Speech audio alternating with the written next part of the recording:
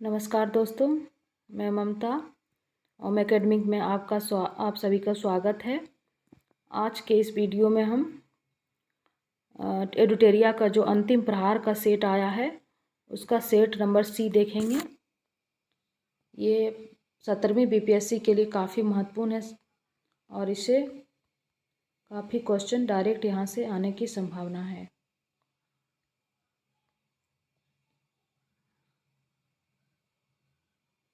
पहला क्वेश्चन देखते हैं। सूची 1 को सूची 2 से मिलाना है। ये हड़प्पा काल की बात है, मतलब हड़प्पा काल में जो धातु होती थी वो प्राप्ति का क्षेत्र बताना है कि जैसे सोना कहाँ से प्राप्त किया जाता है, तो ये सोना जो है कोलार से मिलता था। तांबा राजस्थान जो है खेतड़ी करके एक स्थल था, वहाँ से लिया जाता था। टीन ईरान से, और लाजवर्द मणि जो है मध्य एशिया से लाया जाता था। मतलब प्राप्ति क्षेत्र का नाम दिया है। तो हड़प्पा अब सभ्यता का जब 2500 से 1700 ईस्वी पूर्व एक विकसित सभ्यता थी।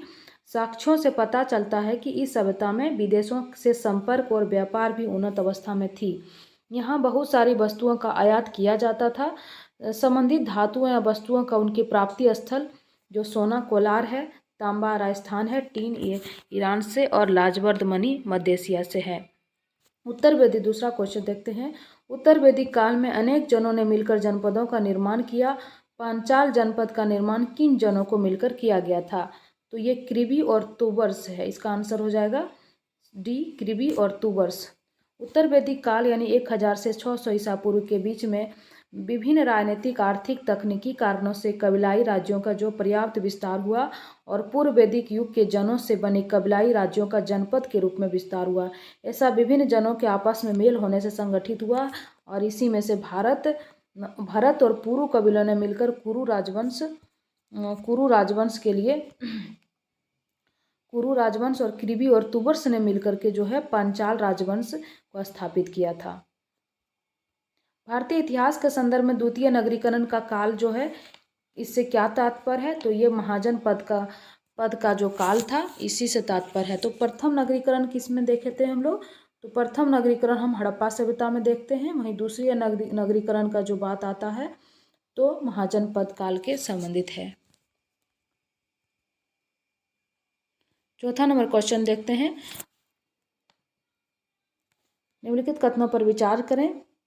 समुद्रगुप्त को भारत का नेपोलियन कहा जाता था।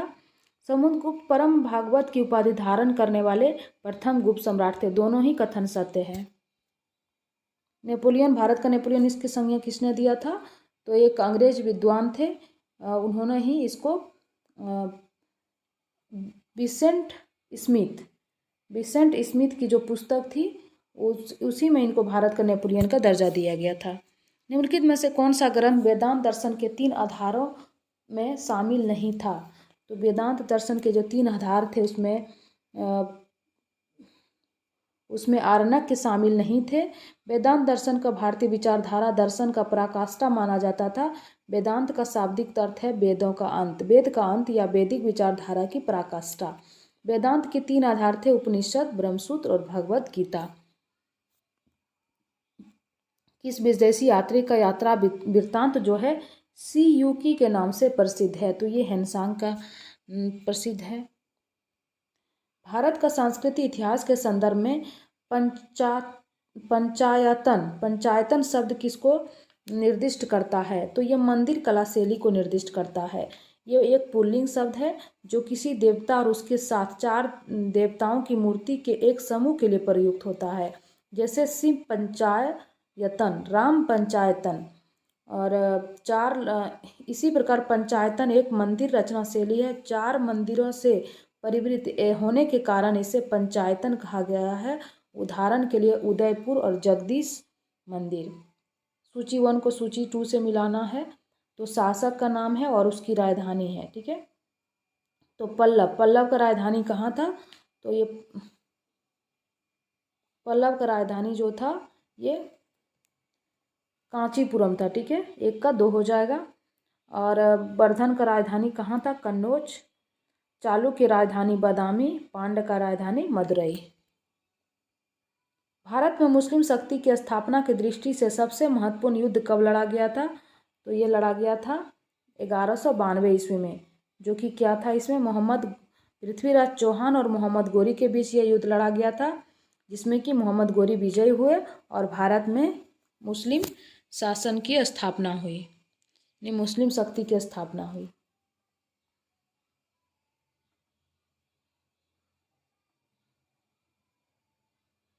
कथन और कारण को देखना है।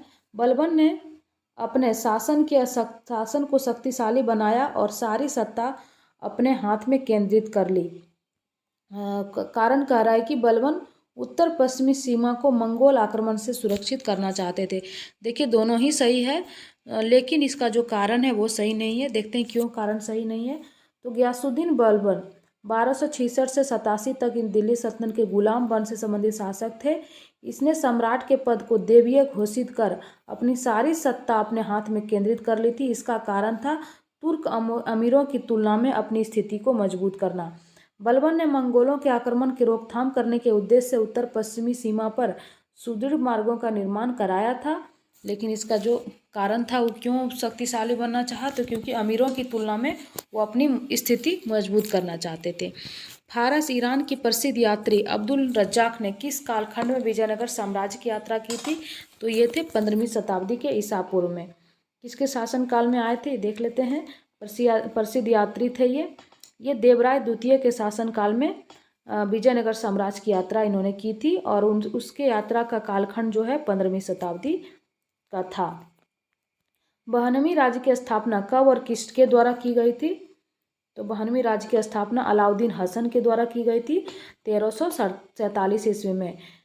दक्कन के अमीरों के विद्रोह के कारण मोहम्मद बिन तुगलक के शासनकाल के अंतिम दिनों में 92वीं साम्राज्य की स्थापना हुई। जफर खां या हसन गंगू, इसका नाम बार बार पूछा जाता है, नामक एक सरदार ने अलाउद्दीन हसन ने 92वीं साम्राज्य की नींव डाली और उसने गुलबर्गा को अपनी राजधानी बनाया और उसका नाम अहसानाबाद रखा। शुद्ध द्वैतवाद के प्रतिपादक कौन थे? तो ये जगतगुरु वल्लभाचार्य थे। अकबर के समय प्रसिद्ध चित्रकार कौन थे? तो ये क्वेश्चन पूछा हुआ है दसबंध। मुगल काल में चित्रकला का विकास अकबर के शासनकाल में 1556 से 1605 तक प्रारंभ हुआ। आगे चलकर जहांगीर के शासनकाल में चित्रकला ने अपने चरमोत्कर्ष पर पहुंचा और अबुल फजल ने अपनी पुस्तक आईने अकबरी में अकबरकालीन चित्रकारों के नाम का उल्लेख किया, जिसमें है दसबंध, बसावन, केशवलाल, मुकुंद, मिस्किन, हरिवंश और महेश। निम्नलिखित कथनों पर विचार करें। कथन और कारण दिया हुआ है। ब्रिटिश ईस्ट इंडिया कंपनी की पहली यात्रा दक्षिण पूर्व एशिया के लिए हुई थी, ना कि भारत के लिए। ठीक है।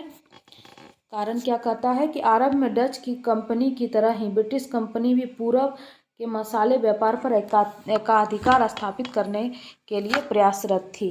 देखिए दोनों ही कथन सही है और सही व्याख्या भी कर रही है, तो आंसर इसका ए हो जाएगा। बांडीवास का युद्ध कब लड़ा गया था? तो 1760 ईस्वी में लड़ा गया था।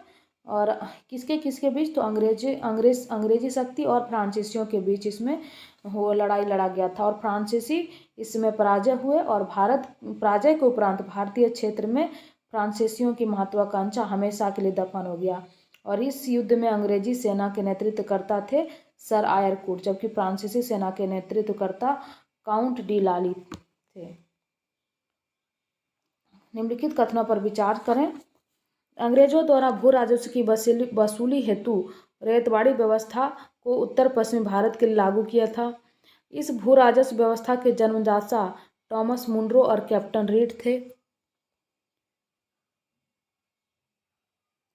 इसमें क्या देखते हैं हम? सिर्फ कथन दो सही है, क्योंकि देखिए रैयतवाड़ी का व्यवस्था जो है 18वीं सदी के उत्तरार्ध में भारत में ब्रिटिश शासन स्थापित होने के बाद अंग्रेजों ने भू राजस्व की वसूली के लिए अनेक प्रकार की बंदोबस्ती पद्धतियों का प्रयोग किया। इसमें जमींदारी था, रैयतवाड़ी था, महलवाड़ी था। दक्षिण भारत में भू राजस्व की वसूली के लिए रैयतवाड़ी पद्धति को लागू किया था, ना कि उत्तर भारत के लिए। और ठीक है, इसका कथन आंसर दो है, क्योंकि टॉमस मुनरो और कैप्टन रीड जो थे इस व्यवस्था के जन्मदाता थे। और आगे चलकर यह मुंबई के कुछ भागों और असम के कुर्ग में भी लागू की गई थी। किस कंपनी ने सर्वप्रथम भारत में रेल यात्रा का संचालन किया था? कंपनी का नाम था great Indian peninsula railway company. Lord Dalhousie के शासनकाल में 1848 से 56 के कार्यकाल में भारत में सर्वप्रथम रेलवे का परिचालन प्रारंभ किया और सन 1853 में बम्बई के बोरीबंदर रेलवे स्टेशन से थाने के बीच भारत में सर्वप्रथम रेल यात्रा प्रारंभ की गई और the great Indian peninsula railway company की स्थापना हुई। राजसी उपाधि अधिनियम कब पारित किया गया था? तो ये 1876 में। ये क्या है? तो राजसी उपाधि अधिनियम रॉयल टाइटल्स एक्ट 1876 में पारित की गई थी। इस अधिनियम के तहत महारानी विक्टोरिया को 1 जनवरी 1877 को दिल्ली दरबार में भारत का सामग्री घोषित किया गया और इस प्रकार सम्राट एडवर्ड सेवेंथ को वर्ष 1903 में और जॉर्ज पंचम को 1911 में इसी अधिनियम के तहत भारत का सम्राट घोषित किया गया। सूची को मिलाना है, कथन सूची 1 को सूची 2 से। तो लॉर्ड विलियम बेंटिंक जो थे, इन्होंने क्या किया था? तो अंग्रेजी शिक्षा पद्धति को लागू किया था, यानी कि ए का 2 हो जाएगा। चार्ल्स मैकटॉफ, इन्होंने क्या किया था? तो प्रेस पर से प्रतिबंध को हटा दिया था। इसको प्रेस का मुक्तिदाता भी कहा जाता है। रॉबर्ट क्लाइव, इन्होंने क्या किया था? तो बंगाल में द्वैत शासन को लागू किया था और कर्जन ने भारतीय पुरातत्व सर्वेक्षण की स्थापना की थी। इसका आंसर क्या हो जाएगा? इसका आंसर हो जाएगा डी। रिक्त स्थानों की पूर्ति विकल्प में दिए गए उचित शब्दों के आधार पर करें। तो महाराष्ट्र में रामोसी कृषक जत्था को डैश ने स्थापित किया था? तो वासुदेव बलवंत फड़के ने स्थापित किया था। बंगाल गजट भारत का पहला समाचार पत्र था। इसे कब और किनके द्वारा प्रकाशित किया गया था? तो 1780 ईस्वी में इसको प्रकाशित किया गया था। J.A. हिक्की के द्वारा इसे प्रकाशित किया गया था। जेम्स ए हिक्की का नाम था, इसका फुल नाम।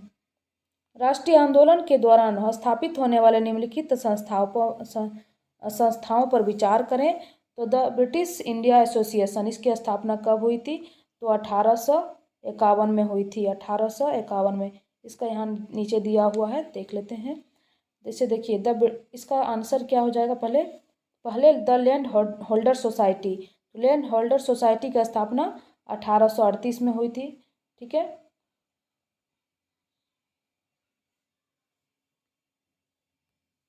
1838 में हुई थी। उसके बाद क्वेश्चन के अनुसार देखें तो the British India association 1851, Madras native association 1852, the Indian association 1856। तो इसका आंसर क्या हो जाएगा? इसका आंसर हो जाएगा ए। अभिनव भारत नामक क्रांतिकारी संगठन की स्थापना किनके द्वारा की गई थी? तो ये की गई थी बी.डी. सावरकर, यानी कि विनायक दामोदर सावरकर। लेकिन किस वर्ष? तो ये 1904 ईस्वी में की गई थी, नासिक महाराष्ट्र में। एक स्वतंत्र संप्रभुता संपन्न राष्ट्र के रूप में पाकिस्तान का जन्म अलीगढ़ मुस्लिम विश्वविद्यालय में हुआ था। उपरोक्त कथन किसका है? तो ये आगा खान ने कहा था।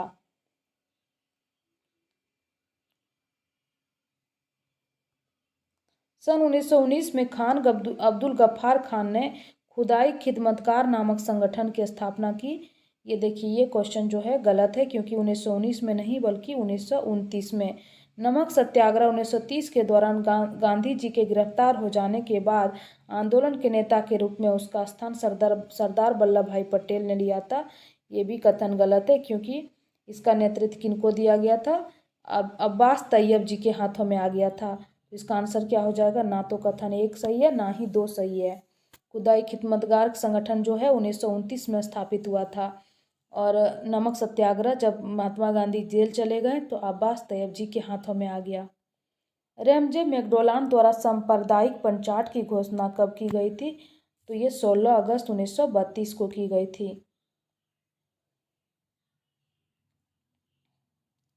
28 नंबर का क्वेश्चन देखते हैं। भारत सरकार तत्कालीन ब्रिटिश उपनिवेश तथा देशी राज्यों के मध्य संबंधों को सुधारने की दृष्टि से ब्रिटिश सरकार द्वारा कब तथा किस प्रमुख कमेटी का गठन किया गया? तो ये बटलर कमेटी का गठन किया गया था 1927 ईस्वी में।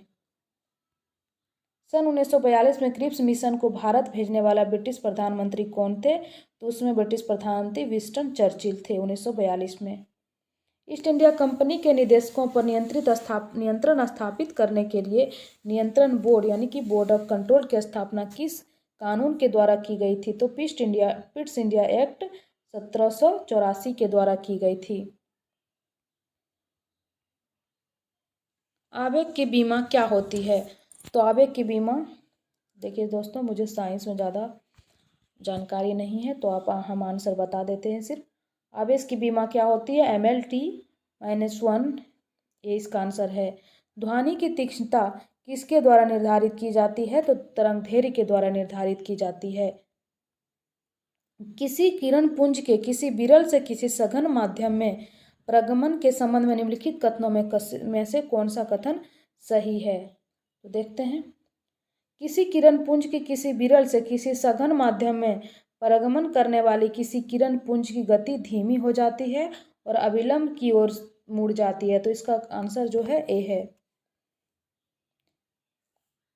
माइक्रोफोन और मोबाइल फोन के स्पीकर के बारे में निम्नलिखित कथनों पर विचार करें। इसमें से कौन सा कथन सही है? तो इसका आंसर है 2 और 4। 2, 4 सही है। तो क्या है? दो में माइक्रोफोन ध्वनि को विद्युत संकेतों में परिवर्तित करता है। क्या करता है? ध्वनि को विद्युत संकेतों में परिवर्तित करता है। वहीं पर स्पीकर की बात करें तो विद्युत संकेतों को ध्वनि में परिवर्तित करता है। जस्ट उल्टा है। माइक्रोफोन ध्वनि को विद्युत संकेतों में और स्पीकर का काम है विद्युत संकेतों को ध्वनि में परिवर्तित करना। कोई वस्तु ऊंचाई से फर्श पर गिरती है, इसके गिरने के दौरान निम्नलिखित में से कौन सा एक समान बना रहता है? देखिए, इसका त्वरण जो है एक समान बना रहेगा, बाकी सब जो है थोड़ा बहुत ऊपर नीचे हो सकता है। यदि किसी उत्तल लेंस के फोकस पर कोई वस्तु रखी है तो इसका प्रतिबिंब कहाँ बनेगा? इसका प्रतिबिंब बनेगा अनंत पर। निम्नलिखित में से कौन सा एक कथन सही नहीं है? विद्युत मोटर विद्युत ऊर्जा को यांत्रिक ऊर्जा में बदलती है। ये सही है। ठीक है, ये कथन सही है। विद्युत जनित जनरेटर यानी कि जनरेटर विद्युत चुम्बकीय प्रेरण के सिद्धांत पर कार्य करती है। ये भी सही है। धारा वहन करने वाली लंबी वृत्ताकार कुंडली के केंद्र पर चुंबकीय क्षेत्र समानांतर सीधी रेखाओं पर होती है। ये भी सही है। हरे रंग का विद्युत लेपन वाला तार सामान्यतः किसी विद्युत आपूर्ति का विद्युतमय तार होता है। देखिए, ये गलत है, क्योंकि हरे रंग का जो विद्युत लेपन वाला तार जो होता है वो भू संकर्पित रहता है, यानी अर्थिंग का काम करता है। वहीं लाल रंग का जो और काले रंग का होगा तो वो क्रमशः विद्युतमय और उदासीन होगा। लाल रंग का जो होगा वो विद्युतमय होगा और काले रंग का उदासीन को दिखाता है। किसी गोलाकार चमकदार चम्मच को सामान्यतः क्या माना जाता है? तो ये परवलयी दर्पण माना जाता है। इसका आंसर बी हो जाएगा। किसी यौगिक में विद्यमान संघटकों को पृथक करने के लिए निम्नलिखित में से किस विधि का प्रयोग करते हैं? तो विद्युत रासायनिक विधि का प्रयोग करते हैं। आंसर ए हो जाएगा इसका। किसी यौगिक के घटकों के रासायनिक या विद्युत रासायनिक अभिक्रियाओं द्वारा पृथक किया जा सकता है, परंतु किसी भौतिक विधियों द्वारा नहीं। यह सामान्य होती है। किसी यौगिक के भौतिक और रासायनिक गुणधर्म उनके अवयवी तत्वों से भिन्न होते हैं। यौगिक को मोटे तौर पर कार्बनिक तथा अकार्बनिक यौगिक में वर्गीकृत किया जाता है। दीवारों पर सफेदी करने के दौरान बुझा हुआ चूना वायु में उपस्थित कार्बन डाइऑक्साइड के साथ धीमी गति से अभिक्रिया करके दीवारों पर कैल्शियम कार्बोनेट की एक पतली परत बना देती है। निम्नलिखित में से कौन सी अभिक्रिया इसे सही निरूपित करती है? तो इसका आंसर डी हो जाएगा। CaOH2 प्लस CO2 प्लस इसका जो अभिक्रिया करके देगा तो CaCO3 प्लस H2O। हीरा और ग्रेफाइट के बारे में निम्नलिखित में से कौन सा कथन जो है वो सही है? हीरा जो है कठोर है, किंतु ग्रेफाइट मुलायम होती है और फिसलन युक्त होता है। इसका ये कथन जो है कह रहा है कि कौन सा कथन सही है, तो यही कथन इसका सही है। हीरा और ग्रेफाइट की संरचना समरूपी होती है। हीरा और ग्रेफाइट में सदृश भौतिक रासायनिक गुणधर्म होते हैं। इसका डिफिनेशन देख लेते हैं।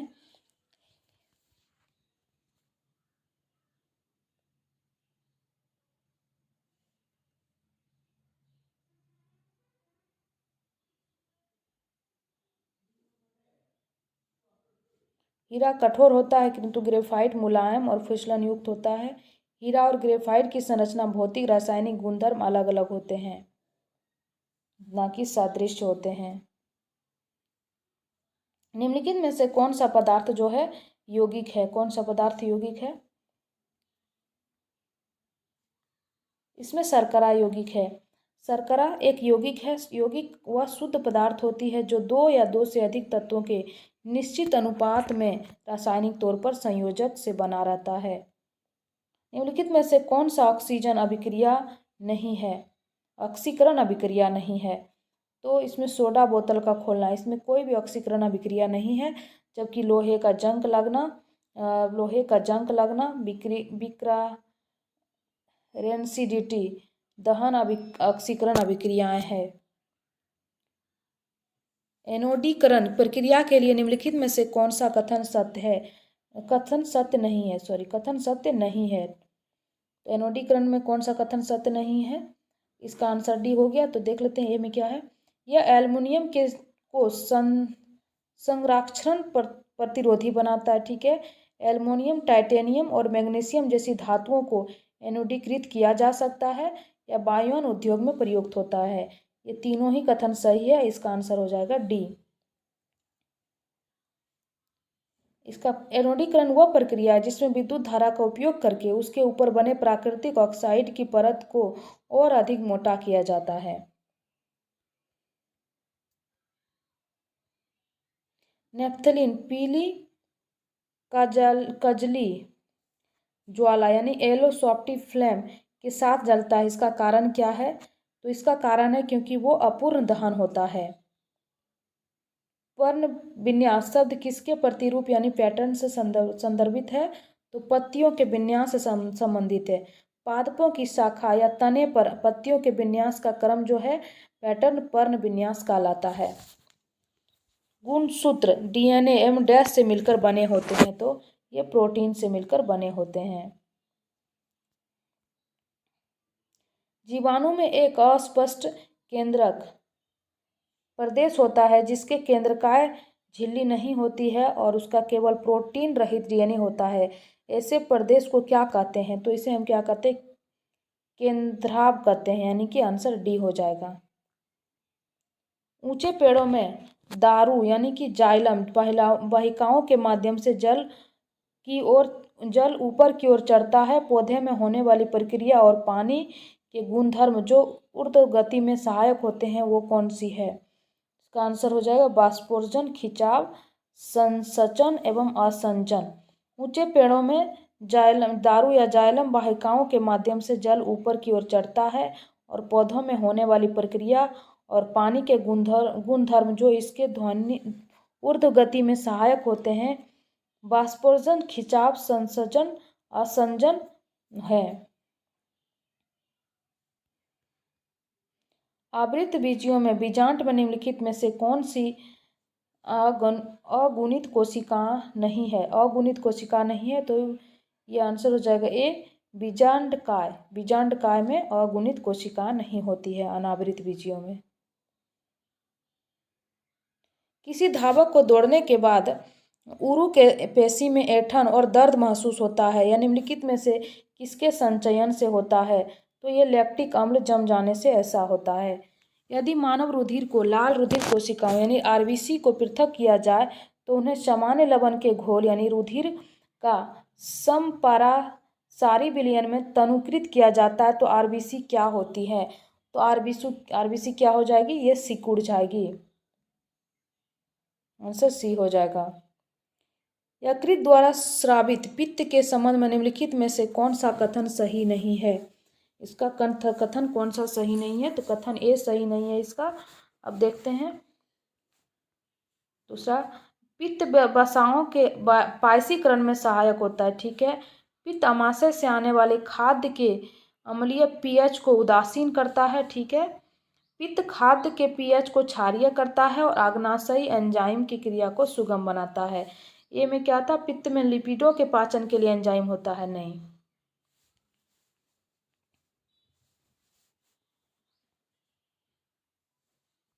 सामान्य मनुष्य का रक्त दाब जो है 120/80 mmHg होता है, ये संख्याएं रक्तचाप को दर्शाती है। क्या दर्शाती है? तो क्रमशः निलय संकुचन और निलय विश्रांति को दर्शाती है। आंसर ए हो जाएगा, निलय संकुचन और निलय विश्रांति को। हिंदी बहुत टफ है। शीघ्र और दक्ष अनुक्रिया के लिए प्राणियों में प्रतिवर्त चाप यानी कि रिफ्लैक्स आर्क विकसित होते हैं। निम्नलिखित में से कौन सा कथन जो है अनुक्रम प्रतिवर्त चाप को सटीक रूप से निरूपित करता है? तो आंसर हो जाएगा बी, ग्राही संवेदी न्यूरॉन, मस्तिष्क में ऊर्जाओं में रिले न्यूरॉन्स, उसके बाद प्रेरक न्यूरॉन। रोगाणुरोधी प्रतिरोध यानी AMR शीर्ष 10 वैश्विक सार्वजनिक स्वास्थ्य खतरों में से एक है। कौन सा विकल्प रोगाणुरोधी प्रतिरोध से संबंधित नहीं है?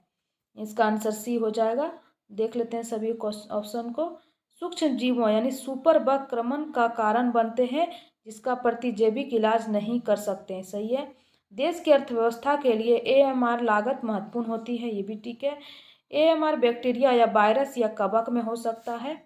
इसका सी जो आंसर था क्यों गलत था? यह एक प्रकार का असंक्रामक रोग होता है। नहीं, ये एक संक्रामक रोग होती है।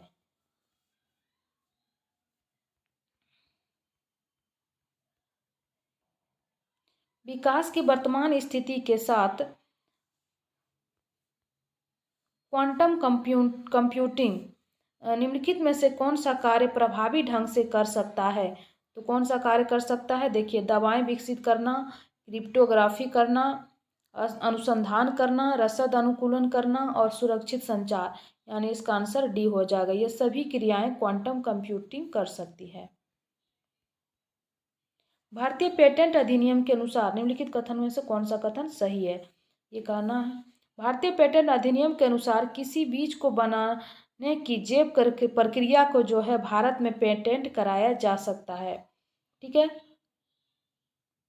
जीव को किसी क्वेश्चन कर रहा है, भारतीय पेटेंट अधिनियम के अनुसार भारत की बीज को, जीव नहीं, बीज को बनाने की जैव प्रक्रिया को भारत में पेटेंट कराया जा सकता है। भारत में बौद्धिक संपदा अपील बोर्ड नहीं है। ऐसा नहीं है, होगा। पादप किस्में भारत में पेटेंट कराए जाने के पात्र नहीं है। इसका आंसर केवल 3 हो जाएगा, यानी 3 ही सही है। तो इसका दोनों ही ऑप्शन गलत है, 1 और 2। तो देखते हैं क्यों गलत है। पेटेंट एक्ट 1970 के अनुसार किसी बीज को बनाने की जैव प्रक्रिया को भारत में पेटेंट नहीं कराया जा सकता है। यहाँ क्या था? पेटेंट कराया जा सकता है, तो ये कथन गलत हो गया। भारत में 1958 में बौद्धिक संपदा अपीलीय बोर्ड गठित किया गया है, जो कि एक अर्ध न्यायिक निकाय है, अतः कथन 2 गलत है। पेटेंट एक्ट 1970 के अनुसार पादप किस्में भारत में पेटेंट कराए जाने के लिए पात्र नहीं है।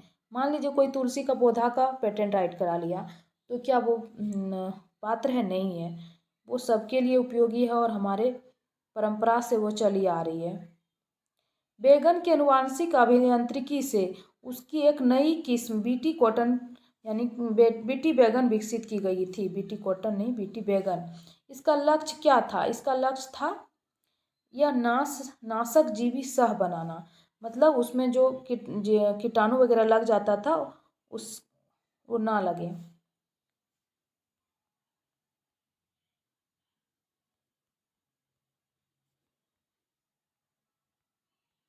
60 नंबर का क्वेश्चन देखते हैं। स्पिट्जर स्पेस टेक्नोलॉजी के संबंध में निम्नलिखित कथनों पर विचार करें।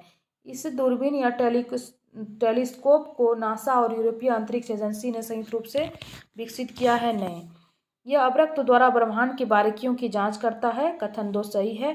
कथन 1 सही क्यों नहीं है? क्योंकि नासा के ग्रेट ऑब्जर्वेटरी प्रोग्राम का अंतिम मिशन था ये, और इसको नासा ने विकसित किया था, ना कि नासा और यूरोपीय अंतरिक्ष के द्वारा।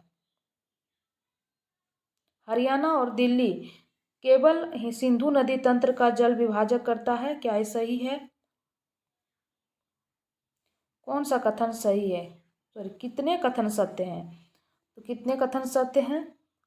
पूर्वी घाटों की तुलना में पश्चिमी घाट ऊंचे और अविरत हैं। प्रायद्वीपीय पठार की सबसे ऊंची चोटी अनायमुडी है, जो पश्चिमी घाट के अनायमुडी पहाड़ियों में स्थित है। ये 2 कथन सही है। तो कौन कौन कथन सही है देख लेते हैं। हरियाणा और दिल्ली राज्य जो है सिंधु नदी गंगा नदी तंत्रों के बीच जल विभाजक का कार्य करती है, यानी एक कथन जो था वो ए नंबर का सही था। पूर्वी घाट की तुलना में पश्चिमी घाट ऊंचे और अवतरित है। इसकी औसत ऊंचाई 1500 मीटर है, जो कि उत्तर से दक्षिण की तरफ बढ़ती चली जाती है। प्रायद्वीपीय पठार की सबसे ऊंची चोटी अनायमुडी है, जो पश्चिमी घाट की अनामलाई पहाड़ियों में स्थित है। दूसरी सबसे ऊंची चोटी टेढ़ा बेटा है और यह नीलगिरी पहाड़ियों में स्थित है। यानी इसका जो 2 कथन था वो गलत था। निम्नलिखित पर्वतों को और उसकी अवस्थिति के अनुसार मिलान करना है।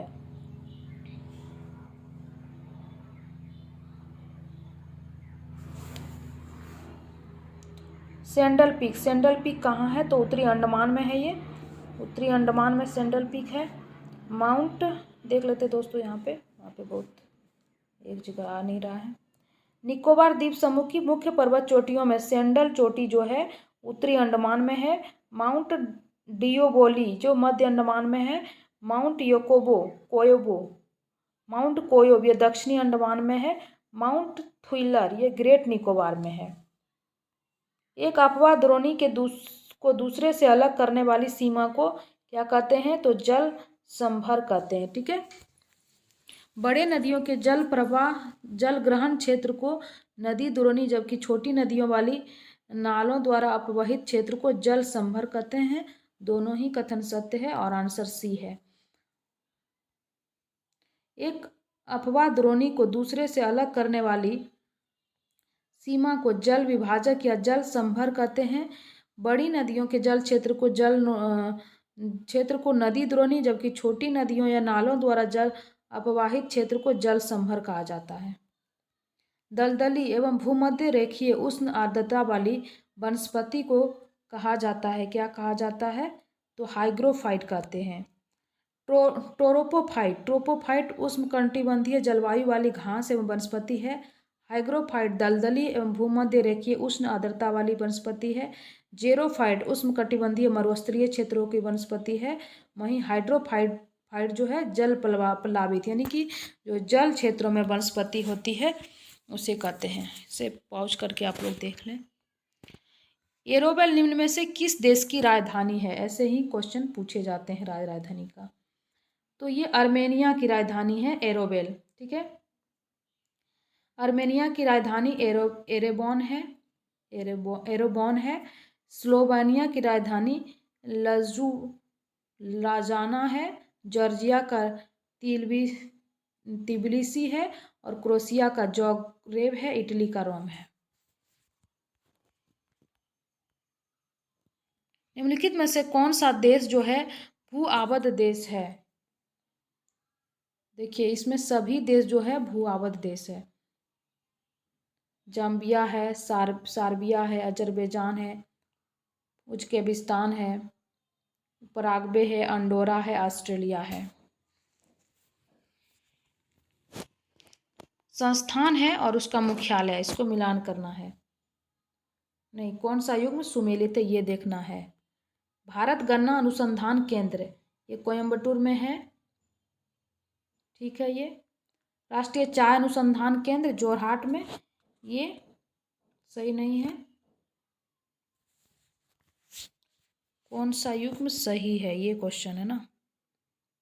राष्ट्रीय गन्ना अनुसंधान केंद्र भारतीय राष्ट्रीय गन्ना अनुसंधान केंद्र कोयम्बटूर में नहीं है, ये लखनऊ में। ये क्वेश्चन गलत, ऑप्शन ए गलत हो गया। राष्ट्रीय चाय अनुसंधान केंद्र जोरहाट असम में है, ये सही है। केंद्रीय उपोष्ण बागवानी संस्थान ये बेंगलुरु में है, सही है। केंद्रीय कपास अनुसंधान केंद्र पूसा ये पूना में नहीं है, नागपुर में है, तो ये भी गलत हो गया। इसका आंसर हो जाएगा बी। केंद्रीय कपास अनुसंधान केंद्र नागपुर। राष्ट्रीय गन्ना प्रजनन संस्थान कोयम्बटूर। गन्ना प्रजनन संस्थान जो है वो कोयम्बटूर में है। वहीं पे गन्ना अनुसंधान संस्थान लखनऊ में। आलू अनुसंधान संस्थान शिमला में। राष्ट्रीय चाय अनुसंधान संस्थान जोरहाट में। राष्ट्रीय कॉफ़ी अनुसंधान संस्थान चिकमंगलूर में। और राष्ट्रीय रबर अनुसंधान कोट्टायम में। और राष्ट्रीय रेशम अनुसंधान संस्थान रेशम मैसूर में। जूट बेगरखपुर में। तंबाकू राजमुंद्री में। नारियल कासरगोड में दलहन, कानपुर, तिलहन हैदराबाद और केंद्रीय उपोष्ण बागवानी संस्थान बेंगलुरु में।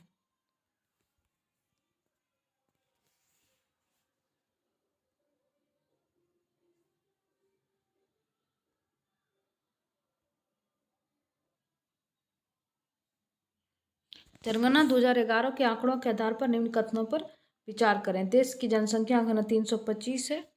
इसमें कथन कौन सा असत्य है ये देखना है। देश की जनसंख्या घनत्व 325 प्रति व्यक्ति किलोमीटर है।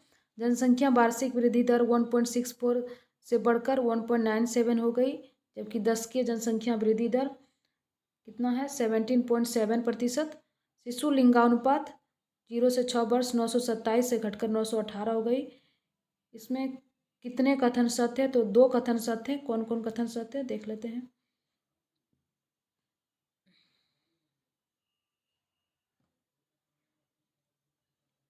देखिए, जो जनसंख्या जो प्रति वर्ग किलोमीटर है ना 382 है, ना कि 325। तो कथन एक इसका गलत था, ये गलत था। 325 नहीं होगा, 382 होगा। बाकी 2 और 3 सही था। प्रमुख स्थानीय पवन है और उसका क्षेत्र है नॉर्वेस्टर। नॉर्वेस्टर का जो क्षेत्र है कौन सा सही सुमेलन है? तो norwester New Zealand, black roller America, Chile Tunisia. उपरोक्त सभी कथन सही है।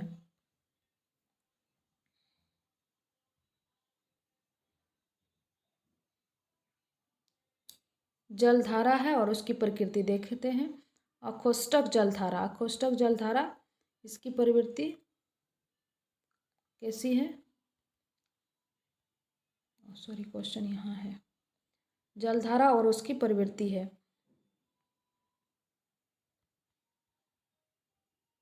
दो जगह क्वेश्चन इसका है। कौन सा कथन सुमेलन है? सुमेलन करना है। हम इसका आंसर ही देख लेते हैं क्योंकि इसका 2 जगह। अखोष्टक जो है ठंडी प्रकृति के है। पूर्वी ऑस्ट्रेलिया धारा ये गर्म प्रवृत्ति के है। सोमाली धारा ये ठंडी है। रेनल जो है ये ठंडी है। तो अब देख लेते हैं। पूर्वी ऑस्ट्रेलिया जलधारा ये कैसा था? तो ये गर्म था, ये सही है। सोमाली ठंडी, रेनल जो है ठंडी। तो ये 4 गलत है और एक में क्या था? अखोष्टक ये गर्म, ये गर्म नहीं है, ये ठंडी है। जब आर्द्रता धरातल के ऊपर हवा में संघनन केंद्रों पर संघनित न होकर ठोस वस्तु जैसे पत्थर, घास तथा पौधों की पत्तियों की ठंडी सतह पर पानी की बूंदों के रूप में जमा होती है तो क्या कहलाती है? इसे हम लोग ओस कहते हैं। कोपेन के जलवायु वर्गीकरण के अनुसार भूमध्य सागरीय जलवायु हेतु प्रयुक्त कूट क्या है? इसके लिए CSA का प्रयुक्त किया गया है। CSA यानी कि सी।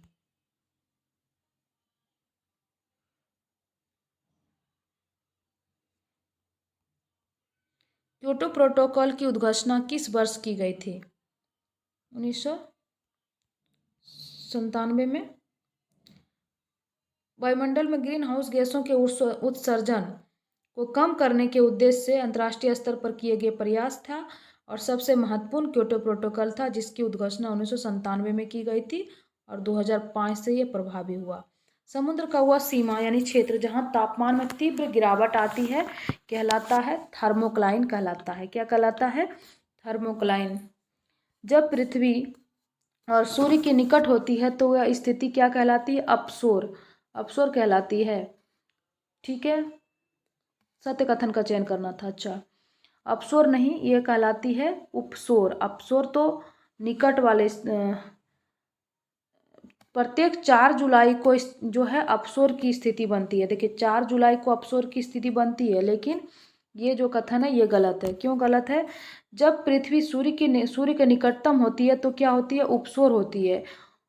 क्या होती है? उपसोर होती है। और ये 3 जनवरी के आसपास उच्च या निम्न ज्वारों के क्रम में असामान्य रूप से अधिक न्यून होते हैं या पृथ्वी सूर्य से सबसे दूर होती है तो अपसोर होती है और ये प्रत्येक वर्ष 4 जुलाई के आसपास होती है। तो क्या क्वेश्चन था ना, 4 जुलाई के आसपास अपसोर की स्थिति बनती है यानी कि पृथ्वी सूर्य जो है सूर्य से ज़्यादा दूरी पर रहती है। अपसोर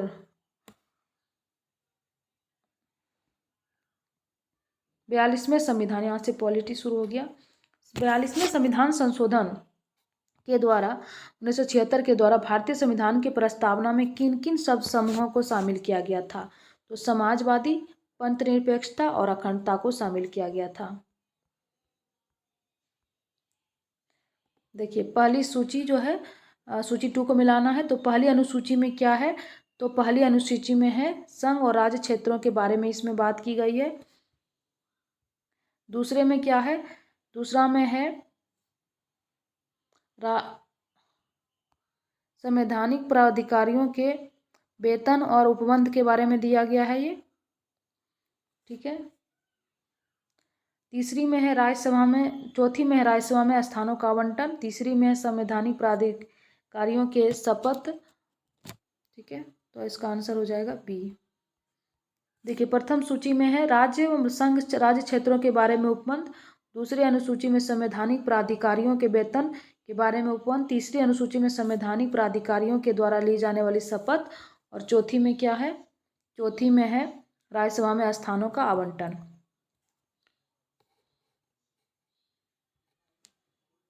भारतीय संविधान में कौन सा अनुच्छेद या अभियुक्त या दोष सिद्धि व्यक्ति को दोहरे दंड आत्म अभिशंसन से संरक्षण प्रदान करती है? तो ये अनुच्छेद 20 है। मतलब एक ही अपराध के लिए 2 बार सजा नहीं दी जा सकती है, इसका सीधा सा मतलब है। भारतीय संसद के संयुक्त अधिवेशन किसके द्वारा बुलाया जाता है? तो राष्ट्रपति के द्वारा बुलाए थे, अनुच्छेद 108 के तहत। संसद की सबसे बड़ी समिति कौन सी है? तो ये है प्राक्कलन समिति, इसे संसदीय समिति भी कहते हैं। इसमें 30 सदस्य होते हैं। लोक लेखा में 22, सार्वजनिक उद्यम में भी 22 होते हैं। यदि किसी राज्य विधानसभा के निर्वाचन में विजयी घोषित होने वाला प्रत्याशी अपनी जमानत राशि को खो देता है, इसका अर्थ क्या है? इसका अर्थ है कि निर्वाचन लड़ने वाले प्रत्याशियों की संख्या बहुत अधिक थी। सही है। भारत में किसी भी प्रकार के निर्वाचन में प्रत्येक उम्मीदवार को एक जमानत राशि रखनी पड़ती है, और यदि वह कुल डाले गए वैध मतों का 1/6 मत प्राप्त नहीं करता है तो उसकी राशि जो है जब्त कर ली जाती है। भारत में निम्नलिखित कथनों पर विचार करें, कितने कथन सही हैं?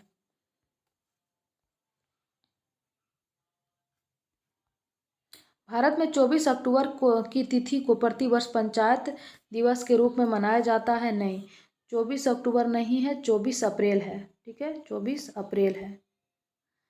73वें संविधान संशोधन 1992 के माध्यम से पंचायती राज प्रणाली को संवैधानिक दर्जा प्राप्त हुआ, ये कथन सही है। किसी व्यक्ति को पंचायत का चुनाव लड़ने के लिए 18 वर्ष की आयु का निर्धारण की गई है? 21 वर्ष है, ठीक है, ये भी कथन गलत है। राज्यों को पंचायती राज प्रणाली के अंतर्गत चुनावों में 50% सीटें महिलाओं के लिए आरक्षित कर रखने की अनिवार्य व्यवस्था की गई। नहीं, ऐसा नहीं है, लेकिन करते हैं बहुत सारा राज्य, जैसे बिहार वगैरह हो गया, तो इसमें किया है। तो इसका कथन एक ही कथन सही है, जो कि 2 था।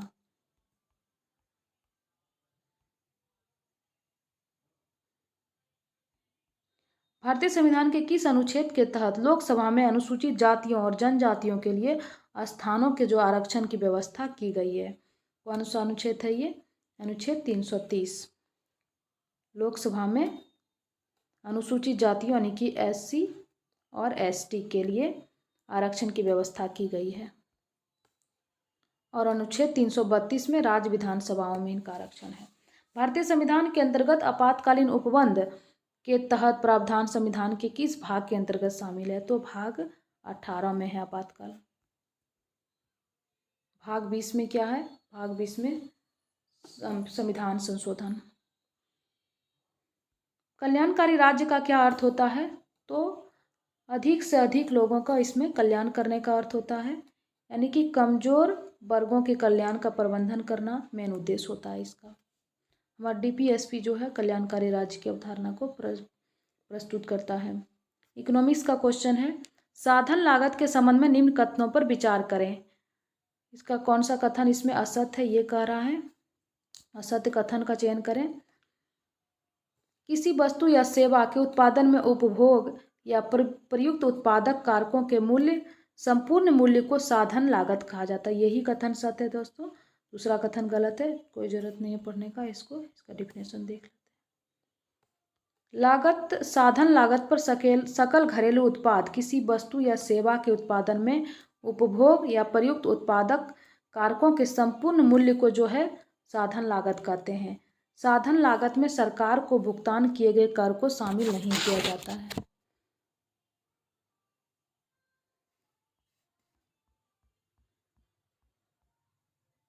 क्योंकि यह प्रत्यक्ष तौर पर उत्पादन प्रक्रिया में शामिल नहीं होता है, परंतु यदि कोई अनुदान यानी कि सब्सिडी आपको मिल रही है तो उसे हम साधन लागत में शामिल करते हैं। और यही था क्वेश्चन में दूसरा कथन में कि साधन लागत में सरकार को भुगतान किए गए कर को शामिल किया जाता है परंतु अनुदान को शामिल नहीं किया जाता। ये इसलिए गलत हो गया क्योंकि कर को शामिल नहीं किया जाता है जबकि अनुदान को शामिल किया जाता है।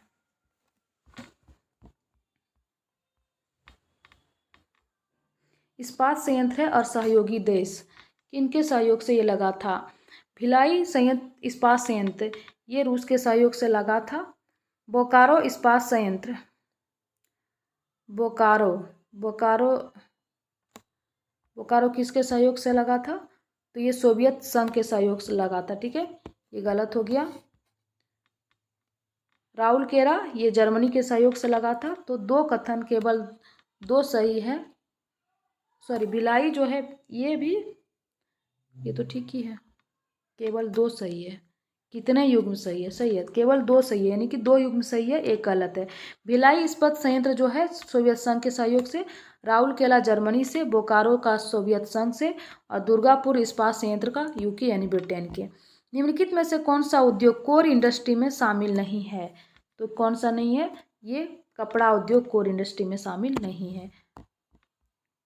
निम्नलिखित में से कौन सा कंपनी उद्यम को महारत्न दर्जा प्राप्त नहीं है? तो भारत पेट्रोलियम कॉर्पोरेट लिमिटेड इसको है, गेल इंडिया को भी है। भारत इलेक्ट्रॉनिक्स लिमिटेड को नहीं है। भारत हैवी इलेक्ट्रिक्स लिमिटेड इसको भी है। तो भारत इलेक्ट्रॉनिक्स लिमिटेड को नहीं है। यदि सिक्के का वास्तविक अंकित मूल्य बराबर हो तो उसे क्या कहा जाता है? उसे मानक मुद्रा कहते हैं। सोने और चांदी के सिक्के को प्रमाणिक मुद्रा कहते हैं। ठीक है। व्यापारिक बैंकों को अपने कुल जमा का एक निश्चित अनुपात यानी प्रतिशत अपने पास नगद में या सोना में या फिर अल्पकालीन अभरित सरकारी प्रतिभूतियों के रूप में रखा जाता है। इसे क्या कहते हैं? तो इसे हम लोग कहते हैं वैधानिक तरल अनुपात, वैधानिक तरलता अनुपात। क्षेत्रीय ग्रामीण बैंक की स्थापना कब हुई थी? तो 2 अक्टूबर 1975 को हुई थी। जब अर्थव्यवस्था में वस्तुओं एवं सेवाओं की आपूर्ति की अपेक्षा उसकी मांग कम हो जाती है तो इससे कीमतें घटती है, जिसे क्या कहते हैं हम लोग? मुद्रा अपस्फीति कहते हैं, डिफ्लेशन कहते हैं। और जब इन्फ्लेक्शन होता है तो मुद्रा मतलब कीमत बढ़ती है।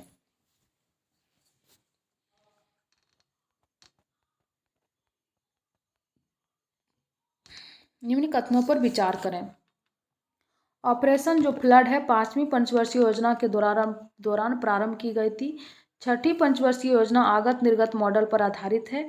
तो कथन सत्य का चयन करना था। कथन 2 सत्य है क्योंकि चौथी पंचवर्षीय योजना जो थी यह गॉडगिल मॉडल पर आधारित थी और भारत में अर्थव्यवस्था में स्थिरता, आर्थिक विकास तथा आत्मनिर्भरता की आधिकारिक प्राप्ति इस योजना का मुख्य ये था। और इसी में ऑपरेशन फ्लड यानी कि श्वेत क्रांति इसी काल में प्रारंभ की गई थी। कब की गई थी? तो चौथी पंचवर्षीय योजना यानी कि 1969 से 1974, ना कि द्वितीय ही है ना, पाँचवीं में गरीबी हटाओ मेन था। छठी जो पंचवर्षीय योजना है आगत निर्गत मॉडल पर थी और इसका मुख्य उद्देश्य था गरीबी उन्मूलन और रोजगार में वृद्धि करना। इस योजना में आर्थिक विकास दर में पर्याप्त वृद्धि, संसाधनों के प्रयोग से संबंधित कार्यकुशलता में सुधार तथा उत्पादन को बढ़ाने पर ध्यान केंद्रित करना था। लोक प्रशासन एवं प्रतिरक्षा अर्थव्यवस्था को किस क्षेत्र का उदाहरण है? तो ये तृतीय क्षेत्र का उदाहरण है। सेवा क्षेत्र का उदाहरण है।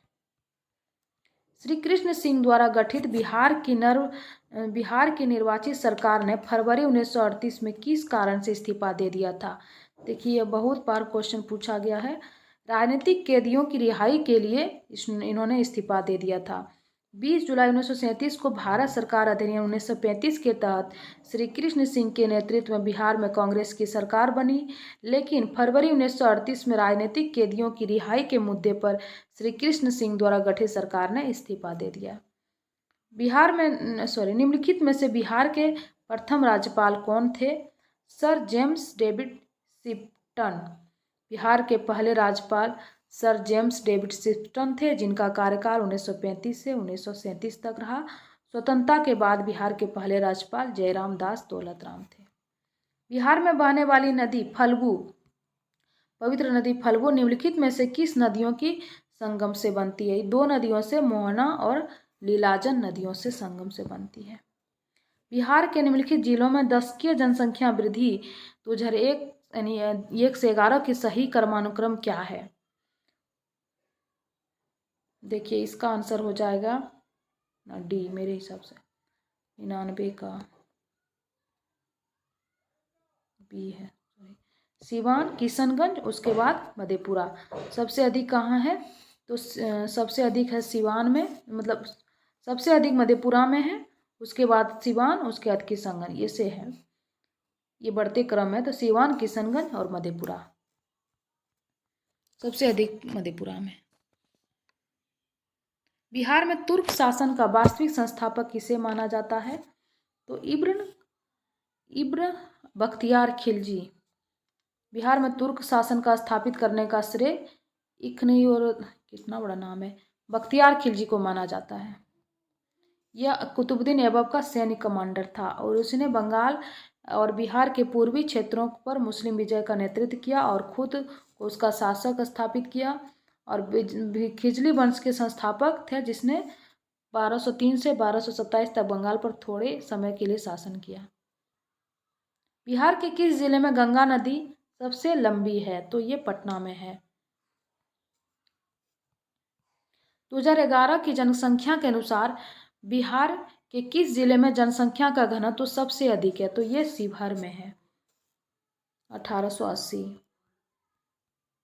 कौन सा बौद्ध ग्रंथ गुप्तों के अधीन बिहार के राजनीतिक इतिहास का प्रकाश डालता है? तो आर्य मंजूश्री कल्प का जो ग्रंथ है, ये बिहार में बुद्ध ग्रंथ गुप्तों के अधीन बिहार के राजनीतिक इतिहास पर प्रकाश डालता है। नालंदा सराय टोला में उत्खनन से क्या मिला है? तो पाल कला का जो बौद्ध विहार मिला है। आर्थिक सर्वेक्षण 2023-24 के अनुसार बिहार के सकल राज्य घरेलू उत्पाद में वर्तमान कीमतों पर कितने प्रतिशत की वृद्धि होने का अनुमान लगाया है? तो 15.5%। आर्थिक सर्वेक्षण 23-24 के अनुसार बिहार का राजस्व घाटा कितना रहा? तो ये रहा 11,228 करोड़, 11,228 करोड़, जो कि GSDP का कितना है? तो 1.5 है। बिहार बजट 23-24 के अनुसार बिहार की कितनी प्रतिशत जनसंख्या जो है कृषि कार्य पर निर्भर है? ये 76% जनसंख्या कृषि कार्य पर निर्भर है। 1225 ईस्वी में इल्तुतमिश द्वारा बिहार के प्रथम सूबेदार किसे नियुक्त किया गया था? तो मालिक जानी को नियुक्त किया था। शेरशाह ने अपने साम्राज्य को प्रारंभ में कितने सरकारों में विभाजित किया था? ये 47 सरकारों में विभाजित किया था। सी स्पेस क्या है? सी स्पेस क्या है? तो भारत का पहला सरकारी स्वामित्व वाला OTT प्लेटफॉर्म है। इसे केरल सरकार के द्वारा लॉन्च किया गया है और ऐसा करने वाला केरल पहला राज्य बन गया है। राष्ट्रीय जूनियर भारोत्तोलन प्रतियोगिता में रजत पदक जीतने वाले सागर कुमार बिहार के किस जिले से संबंधित है? ये जहानाबाद से हैं।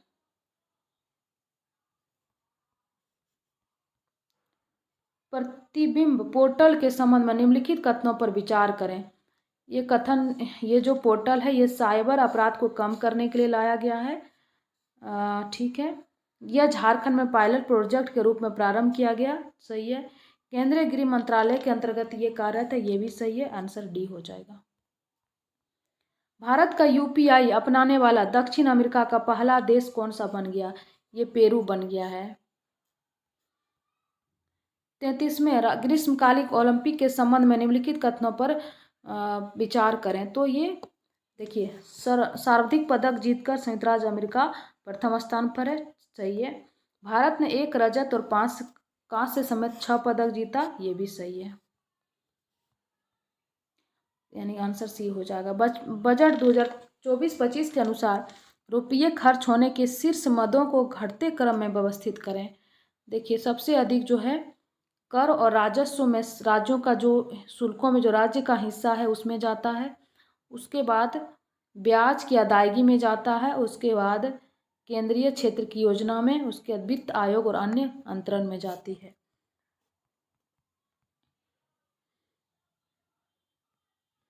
आर्थिक सर्वेक्षण 23-24 केंद्रीय आर्थिक सर्वेक्षण 23-24 के अनुसार निम्नलिखित कथनों पर विचार करें। वित्त वर्ष कह रहा है कि सत्य कथन का चयन करें, ठीक है। तो वित्त वर्ष 23-24 के विनिर्माण क्षेत्र में 9.9% की वृद्धि दर्ज की गई है। 23-24 में बाजार पूंजीकरण के हिसाब से भारतीय शेयर बाजार दुनिया में चौथे स्थान पर है। वर्ष 23-24 में खुदरा मुद्रास्फीति 5.4 रहा। ये जो इसका आंसर है, आंसर इसका 1 और 3 है, यानी बी इसका आंसर है। तो 2 गलत आंसर है। क्यों गलत है? भारतीय शेयर बाजार चौथे स्थान पर नहीं है, बल्कि कहाँ पर है? 5वें स्थान पर है। 16वें वित्त आयोग के सचिव कौन बने हैं? तो अरविंद पनगड़ सचिव जो है ये ऋत्विक रंजन पांडे, वहीं पे इसका जो अध्यक्ष है डॉक्टर अरविंद पनगड़िया बने हैं। और सदस्य और कौन कौन है? अजय नारायण झा, सौम्या कांति घोष, एनी जॉर्ज मैथ्यू और मनोज पांडा। हाल ही में चर्चा में रहे चुनावी बॉन्ड को सुप्रीम कोर्ट ने किस आधार पर असंवैधानिक घोषित कर दिया? ये अनुच्छेद 19(1)(a) के तहत अभिव्यक्ति एवं स्वतंत्रता के मामले में। स्वच्छ सर्वेक्षण अवार्ड्स 8वां संस्करण जो है ये किसने जीता है? किसने जीता है? ये जीता है केंद्रीय आवास एवं शहरी मंत्रालय ने।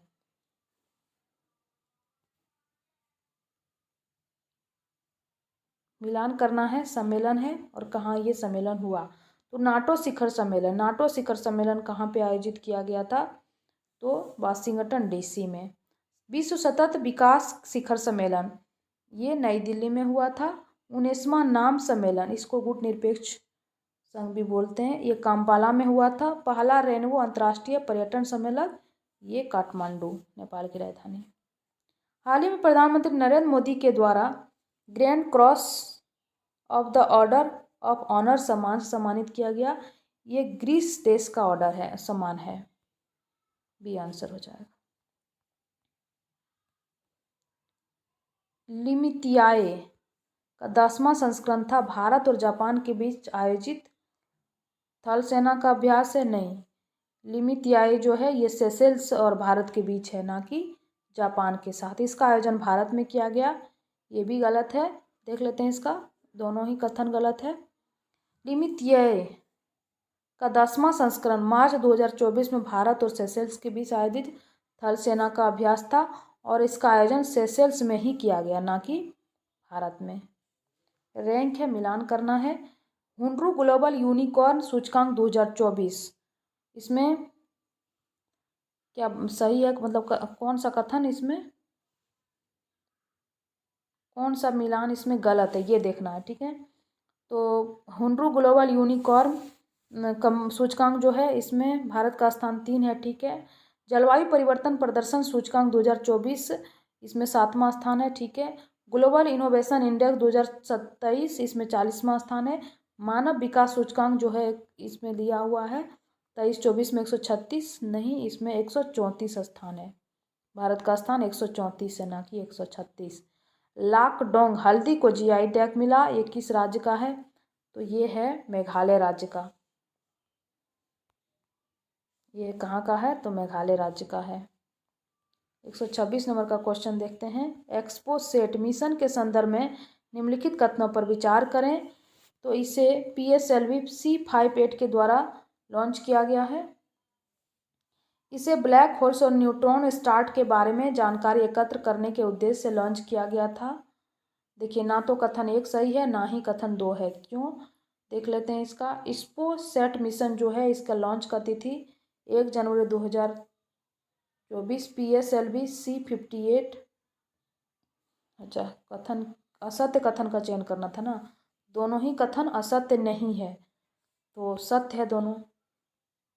तो PSLV C-58 के द्वारा ही एक्सपो सेट का मिशन, सेट मतलब सटर्न होता है, इस लॉन्च किया गया।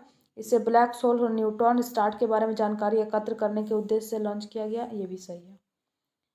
गलत मिलान का चयन करें। गलत मिलान कौन सा है?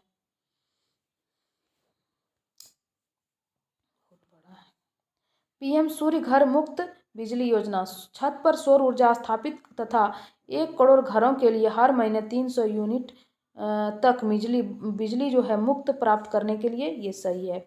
PM प्रणाम योजना, सीनियर सिटीजन को हर माह DBT के जरिए खातों में पेंशन प्रदान करना।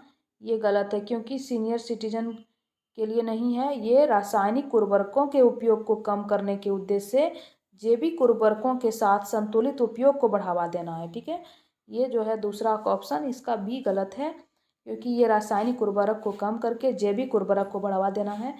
सी देखते हैं, PM विश्वकर्मा योजना, स्किल वाले काम में लगे कारीगरों और शिल्पकारों को सस्ते ब्याज दर पर ऋण मुहैया कराना। मिस्टी योजना, भारत के तटीय प्रदेशों में मैंग्रोव वनों को संरक्षित करना। ये भी सही है। डेटा को सुरक्षित रखने के लिए अत्याधुनिक वेब पोर्टल निवाहिका, क्या नाम है, निवाहिका, की शुरुआत किस संस्था ने की है? तो ये NIT कालीकट ने की है। NIT कालीकट। अंतर्देशीय जलमार्ग विकास परिषद की पहली बैठक कहाँ आयोजित की गई? तो ये कलकत्ता में आयोजित की गई, जिसका उद्देश्य अंतर्देशीय जलमार्ग क्षमता का विकास करना। ग्रो रिपोर्ट के अनुसार, GROW, ग्रो रिपोर्ट के अनुसार निम्नलिखित कथनों पर विचार करें और असत्य कथन का चयन करें। यह रिपोर्ट नीति आयोग के द्वारा तैयार किया गया था। ठीक है, इसका पूर्ण विस्तार जो है greening and restoration of wasteland with agro forestry, इसके द्वारा भारत के सभी जिलों में कृषि वानिकी की क्षमता सैटेलाइट द्वारा जांची गई। सही है, तीनों ही कथन सही है। आंसर हो जाएगा, कोई कथन इसका गलत नहीं है। हाल ही में मल्टीपल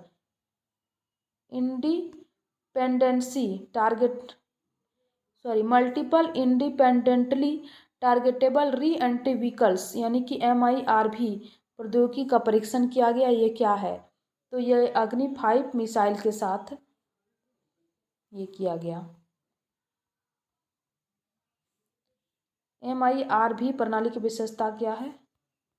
क्वेश्चन क्या कह रहा था? परीक्षण किया गया अग्नि 5 मिसाइल के साथ। ठीक है, एक मिसाइल में एक वार हेड्स होते हैं। ठीक है, प्रत्येक वार हेड्स में अलग अलग लक्ष्यों पर मार करने में सक्षम होते हैं।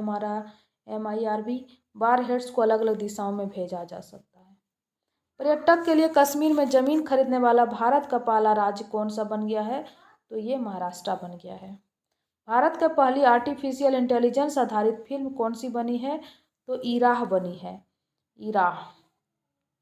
विष्णुपद मंदिर का प्रबंधन किसे सौंपा गया है? तो ये बिहार धार्मिक न्यास बोर्ड को सौंपा गया है।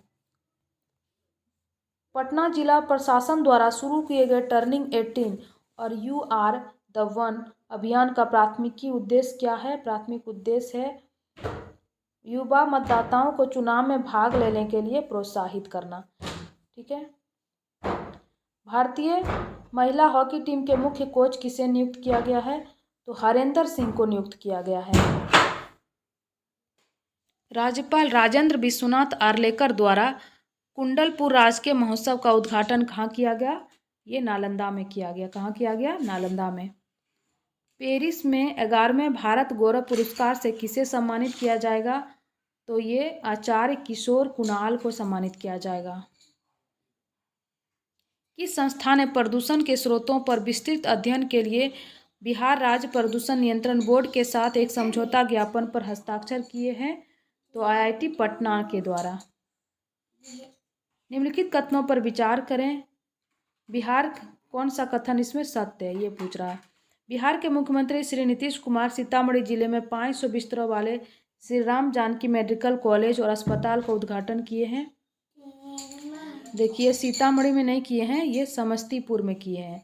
और नालंदा में गौतम बुद्ध के शिष्य भिक्षु धम्म छाया की प्रतिमा का अनावरण किया है, ये भी गलत है। तो देखते हैं कौन सा क्या सही है। तो आंसर इसका तो डी हो जाएगा। बिहार के मुख्यमंत्री नीतीश कुमार ने 21 जनवरी को समस्तीपुर जिले के सराय रंजन में 500 बिस्तरों वाले श्री राम जानकी मेडिकल कॉलेज एवं अस्पताल का उद्घाटन किया। आरा में गौतम बुद्ध के शिष्य भिक्षु धम्म छाया की प्रतिमा का अनावरण किया जाएगा। इसके साथ ही क्वेश्चन खत्म होता है। इसके बाद मैथ शुरू होता है दोस्तों, आप इसे देख लें।